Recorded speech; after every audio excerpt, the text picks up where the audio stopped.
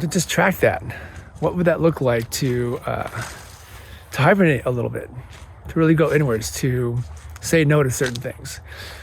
I know it's going to be hard until the holidays pass, because the holidays are, huge rush to kind of wrap up the rest of the year. But getting into like January, February, early March, heading towards spring solstice, just looking at that as an opportunity to do it differently.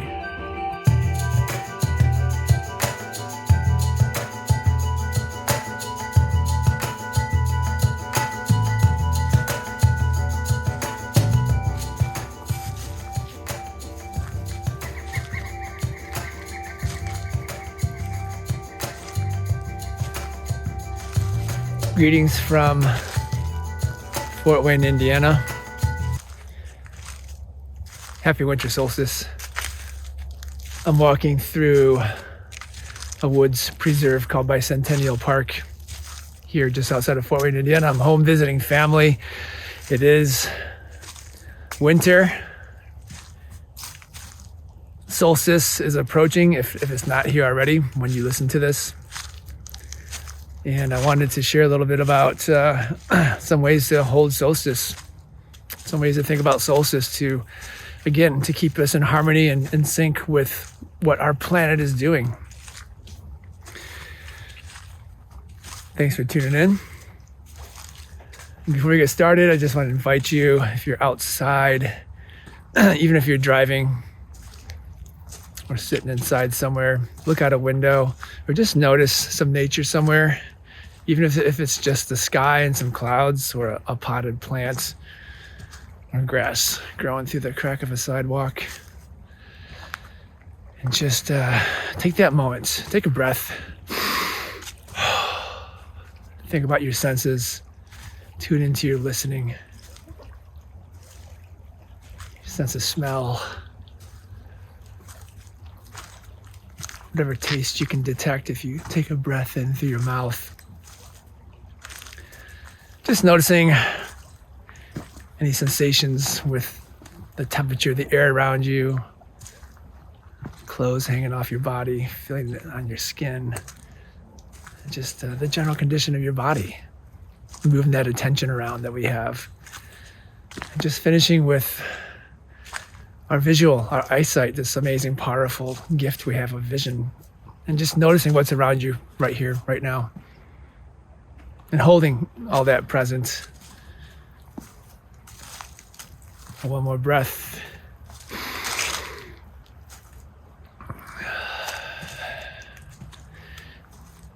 And be here now as we talk about winter solstice. So we'll move from the gross and obvious down to the micro and subjective. So, winter solstice. That's a thing because of the way our planet is hanging out in space. That's why winter solstice exists. As you may or may not know, our planet is tilted on its axis. It doesn't run straight up and down in space the way you would see on a globe. On a picture book. Actually, a lot of globes have the planet tipped, which it should. But yeah, we're tipped about 23 degrees and a half on our axis. And so as the planet makes its way around the sun, there are 2 points on that elliptical cycle where we are the northern hemisphere anyways, if you're in the northern hemisphere, where the northern hemisphere is either tipped towards the sun, which is called summer solstice, or now 6 months later when we are on the other side of the sun and the northern hemisphere, because of the way that 23.5 degree tilt happens, we are pointed or tilted away from the sun. So visually what that looks like is you'll notice that the sun rises a lot later in the mornings than it does in the summer, and it sets a lot earlier than it does in the evenings in summer. And around noon, you'll notice that the sun is not very high up in the sky off of the horizon. And that's literally because we're tipped back away from it.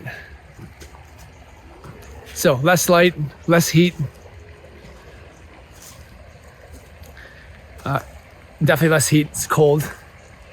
It's just above freezing here on this little brisk walk I'm taking.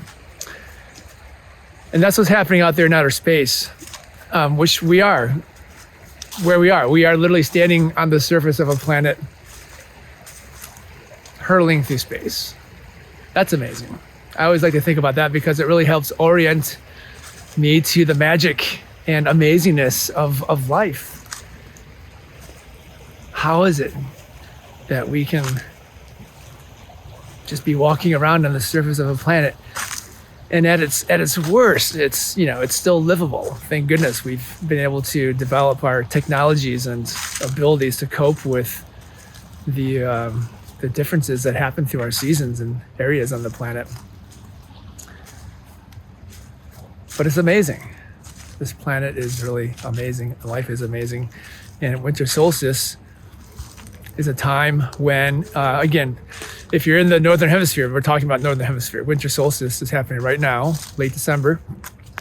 And because we are tilted back and we have little light and little sun, everything has kind of finished its cycle for the year, right? So plants have died back, all the leaves have fallen off the trees, if they're deciduous trees. A lot of animals have taken to digging burrows or finding places to get out of the cold weather and having limited motion, limited activity, or full-on hibernating, going into sort of a extended torpor where they're using very, very few calories because they're just, they're not out and about.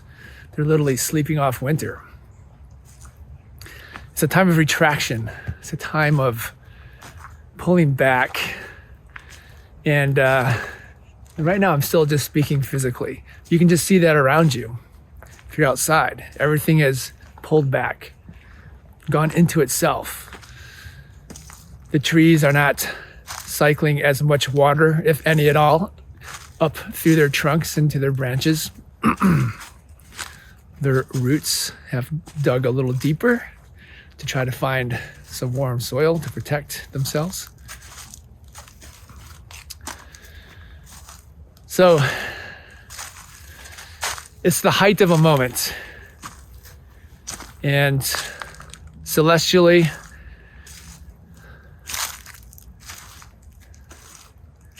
it lasts about 3 days, roughly. Right? So solstice, the sun will rise. It'll go across the the southern part of the sky relative to where you are. And for the 3 days, there's a solstice where it's the shortest day. But then for the 2 days after that, the sun does not really seem to get any higher in the sky. It actually seems to stall out as if it's never going to get higher in the sky again, which gives rise to the word solstice, which in Latin basically means sol, sun, stis, still. The sun is still, and they're referring to the 3 days where it doesn't look like the sun goes any higher on the horizon at midday.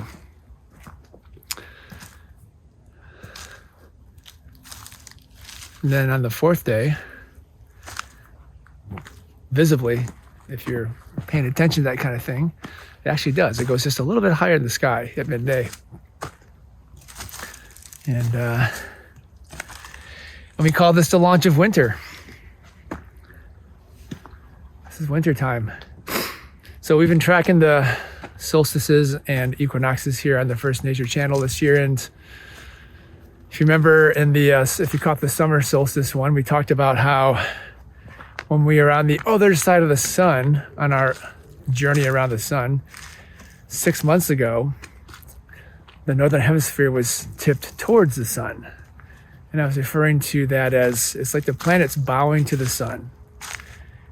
And with all the flowers and births and leaves and everything growing and bursting forth from spring coming into its fullness in summer, it's a great flourishing.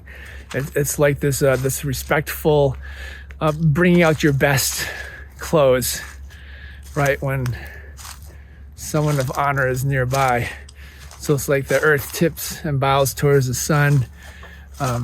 Everything's on full display for the sun to enjoy, to see the fruits of its gift.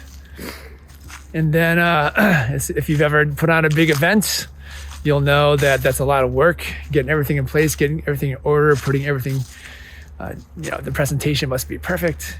And then the event happens all summer, the party goes on, and then it's time for the guests to go home, and everything needs to be taken care of, put away in its proper place. And that's where we are now. We've tipped away from the sun, and we're putting everything away for the year.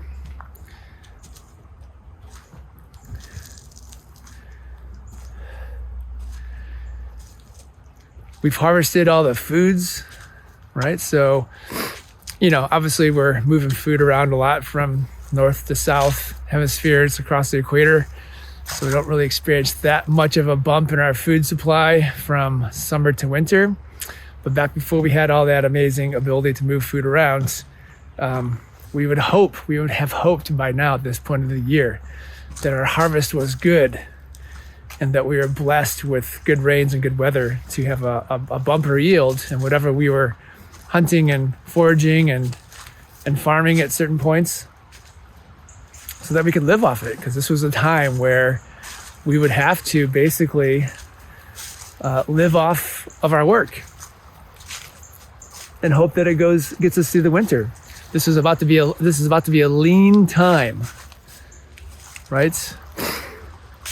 And to again think about the human journey and the tens of thousands, if not hundreds of thousands of years that we've been on this cycle with the planet, beholden to it, part of it, in sync with it, knowing that this time of year is coming, knowing that we wanted to work hard in the summer and to tend to the things that we're going to produce, and to be committed, responsible, disciplined to attending all those things that we knew we had to attend because this time was going to come. So one way to think about winter solstice is discipline and responsibility. They're still going to be necessary, but just in a different way. Whereas they were important to be out there in summer, tending to the gardens, hunting, foraging, doing all these things where we had to go out there and do it. Now it's the responsibility and discipline of conservation, right? Practicing slowness, practicing stillness, practicing frugalness. It's hard, It's like in the summertime, you can just run out in a pair of shorts and a t-shirt and do things. In the winter, before you go outside, you gotta, put some warm clothes on. You gotta get your jacket on. Your car has to warm up. It's, it takes a lot more time, a lot more energy and effort to actually go out and do things in this kind of weather.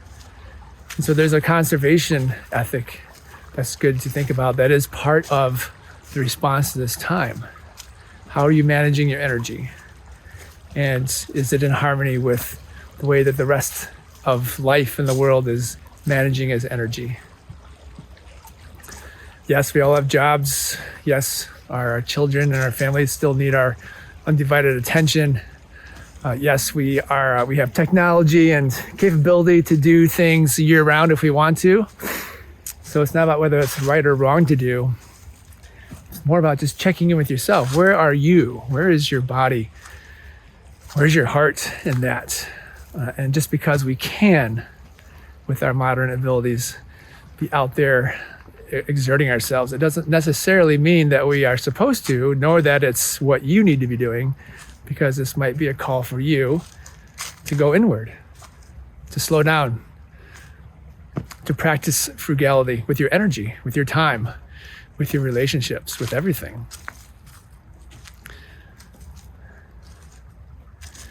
Taking a cue from nature, and as we talked about in, I think it was the fall equinox, we talked about going into a time where, it was the end of summer, I think, getting in summer into fall, realizing that all the potentials that we put out there Not all of them are going to come to fruition. Not all of them are actually going to create concrete results, right? And so this is a time where we've collected what we can collect it for the year. And the practice of frugality, the practice of being efficient, living off of what we have. Living off of what we have. Conservation. These are all really aligned principles and values with the winter solstice. It's also a time, a lot of different spiritual connotations speak to the death, the idea of death in the winter solstice, and how much does die back in the winter. And looking within ourselves to see what needs to die off. You know, again, not everything that we planted in the springtime made it through the summer, and not everything that grew in the summer actually produced something harvestable, right? So there's all this potential at the beginning of the year, and it's winnowed down to actual results by this time of year. So we take our actual results and we're wise with them, we're responsible with them, and we let the rest go. We let the dead be dead. There's nothing to go back out there and get. Nothing's going to grow right now. So we have what we have. So you could say that winter and the idea of the death is it's just more of a concrete idea. It's not as perhaps as spiritual or conceptual as some of the other equinoxes and solstices can be read into.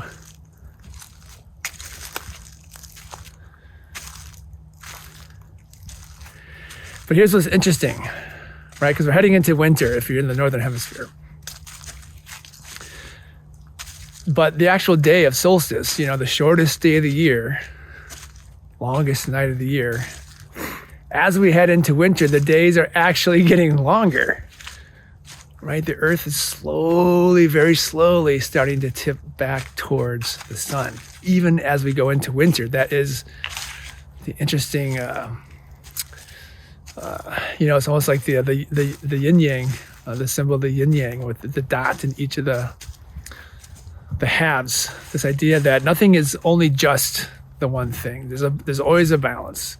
So even as we head into this time of cold and the winter, you know, 3 months of winter where we can't plant, we can't grow. It's difficult to be out doing things. We're fighting to conserve our energy, fighting to conserve our warmth. If you're, you know, live in snowy places, there's just a lot of work to get anything done.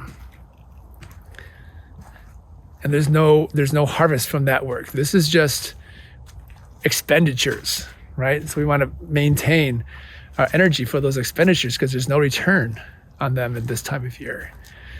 It's very finite, very depleting.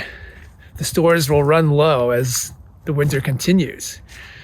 But that's just the interesting thing is as the winter actually builds, as we head into winter, we are also heading into spring because the days actually get longer through winter, which I find very, very fascinating to think about.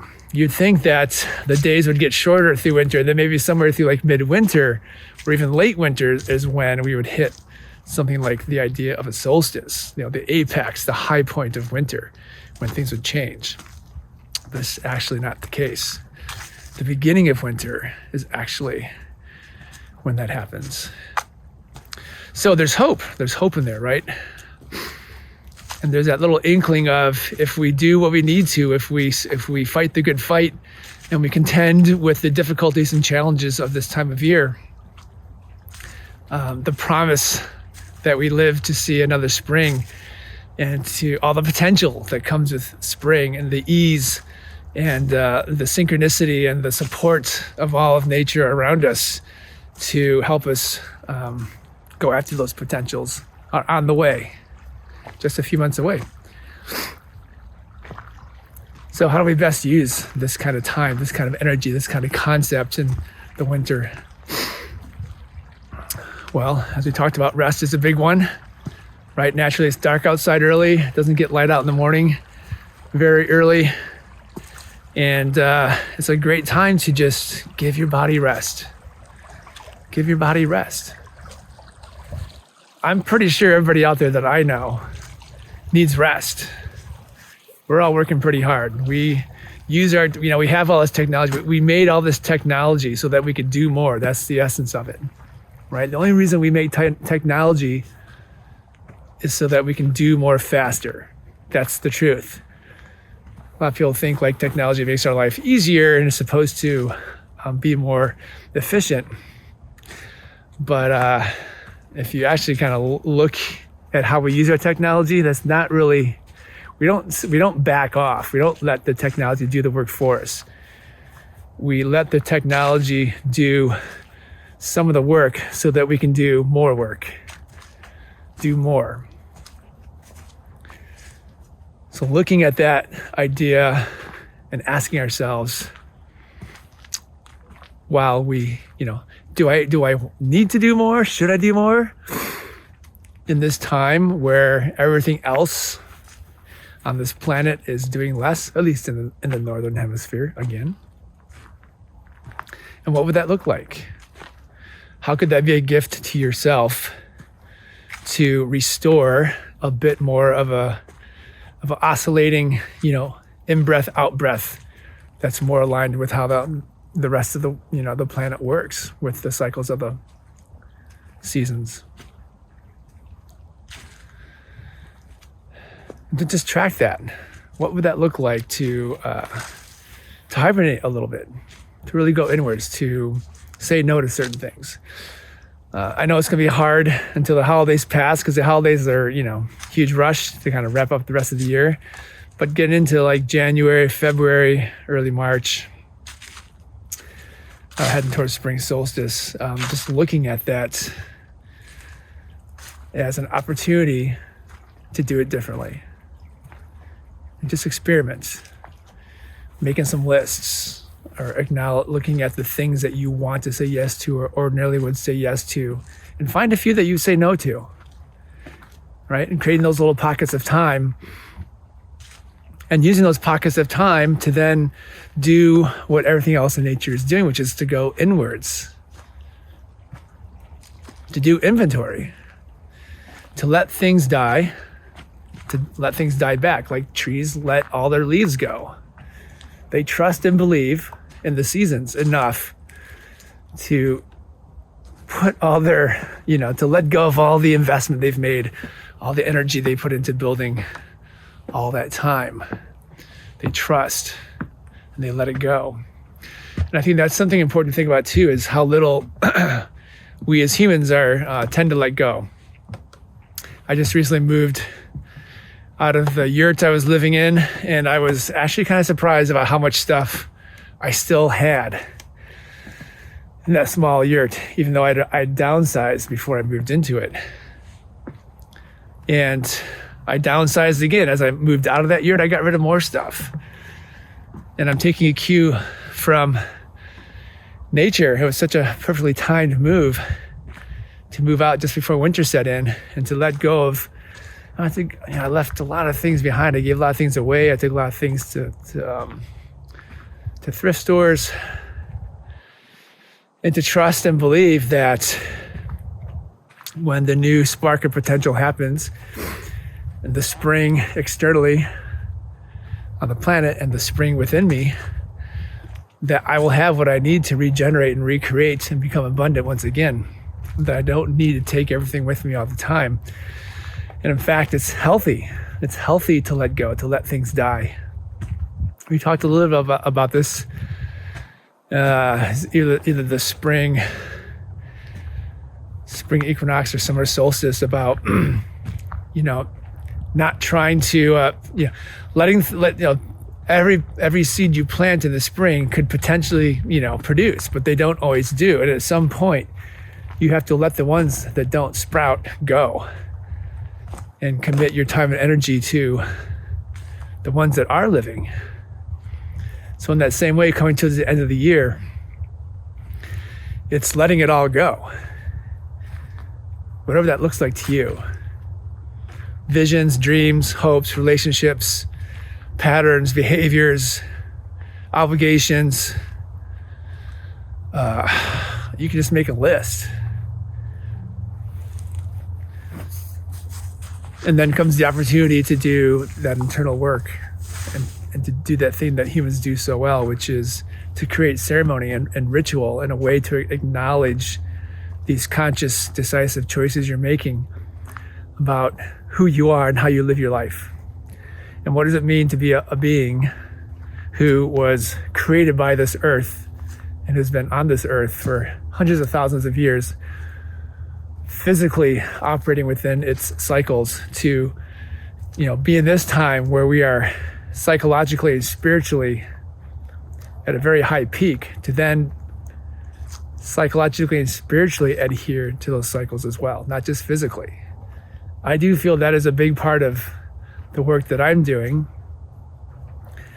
And I really think it's beneficial for any human to look at the opportunity that we have in this day and age to bring our spiritual, psychological selves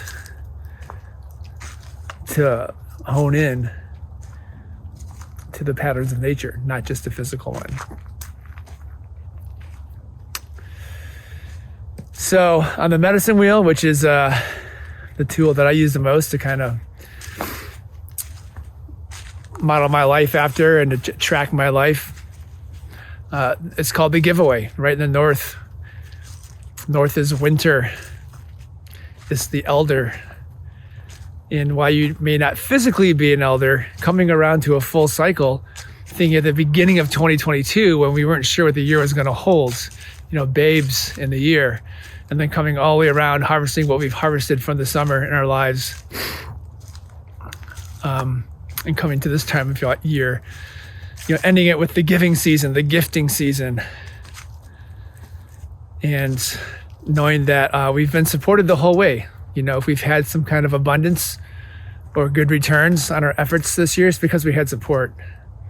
And so having that elder concept in us of giving away, it's time to give away things. It's that letting go. Can't take it with you. What was 2022's can I be taken into 2023? So whatever that means to you conceptually is a great thing to ponder for a while. Figure out what that might be to let go of. On some medicine wheels, the animal of the north is the buffalo. And that was an important animal because for the Plains Indians especially, that was the animal that they were able to pretty much utilize every part of that animal. They didn't just harvest it for the meat or just for the hide. They used the bones for tools. They used the sinew for sewing and for bow making. They used the fats to tan their hides, and of course they made the meat, of course, jerky, and oh my goodness, they made their clothes with a lot of the hides were used to make the teepee, and so again, thinking about just what. Is there anything left to give? Is there anything left? Oh my gosh, sorry, the cold is making my lips a little stiff. Is there anything left to give of yourself before the end of this season? Is there anything left to give before you die? Before you let go of this year? Before you let go of... Again, to me, psychologically, I'm thinking about, my perception of the world and the time and the society and the culture I live in are all relevant only to the most recent past. And if I want to fully be available to embrace and step fully into the future without any preconceived notions or good expectations or bad expectations, then the Shawn that is present right now, who's operating primarily on past experience, primarily from the last, few months, or across the entirety of this year, then I just need to let it go. To die to it, to let that Shawn die. Let the Shawn of 2022 die. Spiritually, mentally, physically. Well, not physically, like I'm going to kill myself, but, taking inventory of our physicalness, the concrete world, and what isn't serving there either. One of the hardest things to move and adjust to.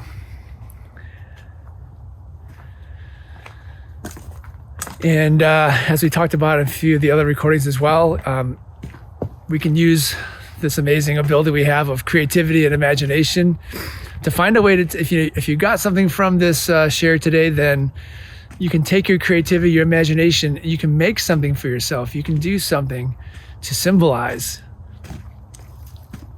how you're going to take this in and act on the information, act on any kind of inspiration or conviction that you are getting hip to and listening to this.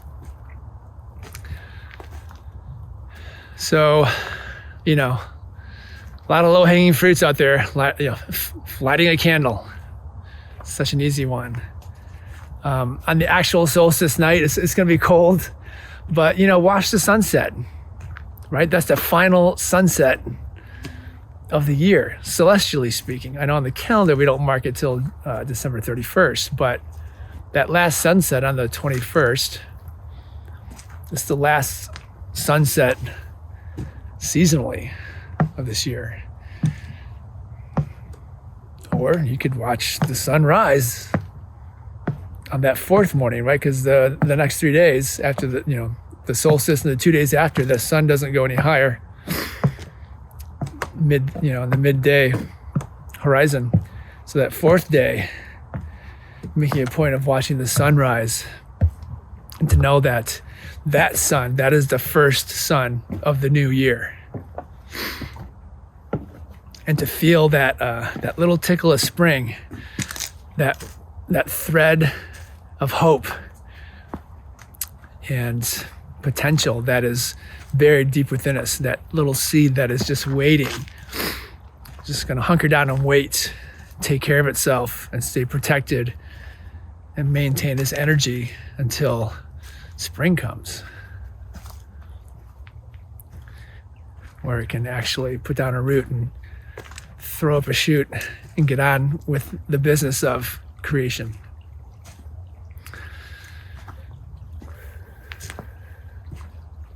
You can write a list of all the things you're letting go of. You can burn that in a fire. You can bury it.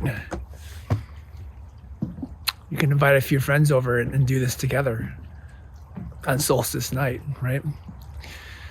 So there's tons of stuff out there.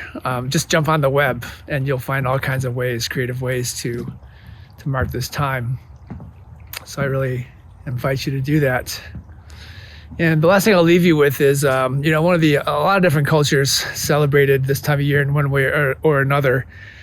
The one that really resonates with me the most is Yule, right? So the time of Yule begins on the 21st, it goes through the 24th, and in that